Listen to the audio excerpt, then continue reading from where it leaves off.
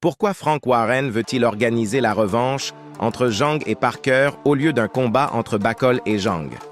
Bonjour et bienvenue sur Boxing 101.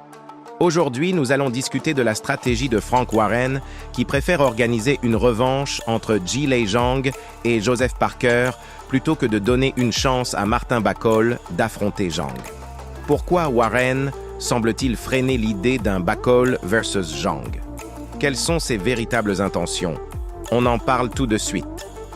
Comme nous le savons tous, la boxe est un sport roi, mais c'est aussi un business. Pour attirer les fautes et vendre des billets, il faut des combats entre des athlètes bien connus.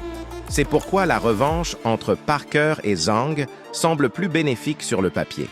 Cependant, après le combat spectaculaire entre Bacol et Jared Anderson, les choses ont changé. Bacol a prouvé qu'il méritait d'être parmi l'élite de la boxe mondiale. Sa performance XXL a fait taire les sceptiques et le public veut maintenant le voir en action contre Zhang. Pourquoi?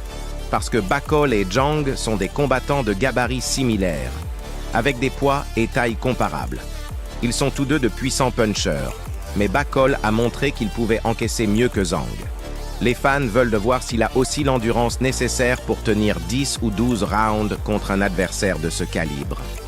La question clé est donc, pourquoi Frank Warren insiste-t-il pour une revanche entre Zhang et Parker, alors que ce combat n'attire pas autant l'attention? Certes, c'était stipulé dans leur contrat, mais pourquoi organiser ce rematch si tôt, alors que le public réclame autre chose?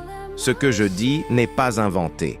Dans une récente interview, lorsqu'on lui a posé la question sur le fameux sparring où Bacol avait cassé le nez de Dubois, Frank Warren a répondu en conséquence que Dubois n'avait que 20 ans, à l'époque, tandis que Bacol en avait 26. C'est pourquoi Bacol était supérieur à Dubois à ce moment-là. À mon humble avis, Frank Warren craint l'ascension de Bacol. Si Bacol venait à battre Zhang, cela propulserait sa carrière à un tout autre niveau. Dubois, le protégé de Warren, se retrouverait alors menacé car Bacol se rapprocherait des 5 premiers du classement mondial et les fans verraient des combats contre les meilleurs, comme Dubois, Joshua, Usyk ou même Fury.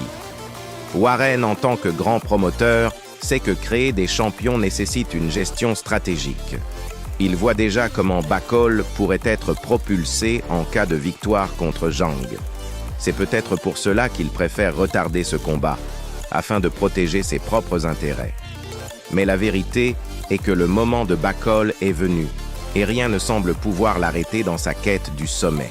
Le public l'a déjà adopté, et ils veulent maintenant savoir s'il deviendra le prochain roi des poids lourds. Le seul moyen de le confirmer est de lui offrir de grands combats. Même Eddie Hearn avait évoqué cette possibilité juste après la défaite d'Anderson lorsqu'on lui a posé la question sur Bacol. Espérons donc que ce combat explosif entre Bacol et Zhang verra le jour. Merci à tous d'être là, chers passionnés de boxe. Si vous n'êtes pas encore abonné, n'oubliez pas de le faire, de liker et de partager cette vidéo avec vos proches amoureux de boxe. À très bientôt sur Boxing 101.